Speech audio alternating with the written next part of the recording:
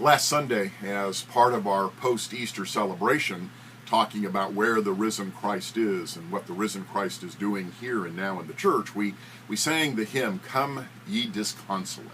Not a hymn that is sung a lot in church, I suspect, these days, but one that has some real deep roots in the hearts of established church members.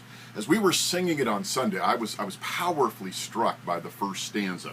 It goes like this: "Come ye disconsolate, where'er you languish, come to the mercy seat, fervently kneel.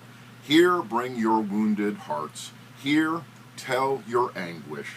Earth hath no sorrow that heaven cannot heal."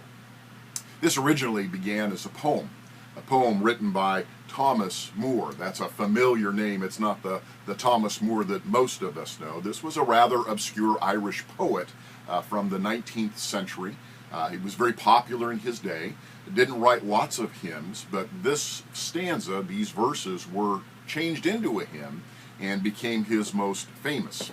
He wrote out of a deep spiritual experience. His life was filled with disappointment. He didn't get to do a number of the things he wanted to do. He was excluded because of particular religious convictions that weren't popular in certain circles. And then as his life proceeded, he went through a series of devastating losses. Had 5 children. All 5 children died during childhood. And so it's out of this experience of disconsolation, out of this experience of disappointment and discouragement, that Thomas Moore wrote this hymn. And what strikes me so powerfully in it are 2 things. One is the invitation for us to come to the mercy seat. The mercy seat, of course, in Scripture is the Ark of the Covenant. It is the place where God was thought to dwell on earth in the tabernacle and then in the temple. In some of our more holiness-oriented churches, the mercy seat is a euphemism for the altar. Not the altar where the Lord's Supper is observed Sunday in and Sunday out, but the altar is the place where prayer takes place.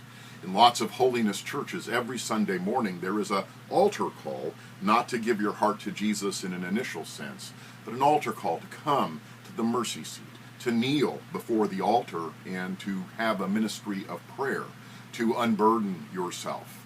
The conviction is that Jesus Christ is there. The conviction is that the risen Christ is engaged in a ministry now, here, a ministry of intercession. 6 times the New Testament makes this plain. Jesus is our great high priest. He now exists in heaven to constantly make intercession for us. And so we can have confidence as we draw near. I know a church that every Sunday when it comes time for their altar call, when it comes time for their ministry of mercy seat, every Sunday when they call the congregation to come forward to engage in a ministry of prayer, they sing this hymn. They sing this hymn about bringing to the mercy seat all of the sorrows of our hearts, all of the troubles of our hearts. And the last stanza they sing before they kneel in prayer is, "Earth hath no sorrows that heaven cannot heal." I think that's one of the promises of the risen Christ. One of the things that we need to celebrate, the fact that Christ is with us. Christ is in our midst. And a part of what he's doing is he is answering our heart's deepest wounds with his ministry of healing and wholeness. Let's avail ourselves of that this week as we venture with the risen Christ.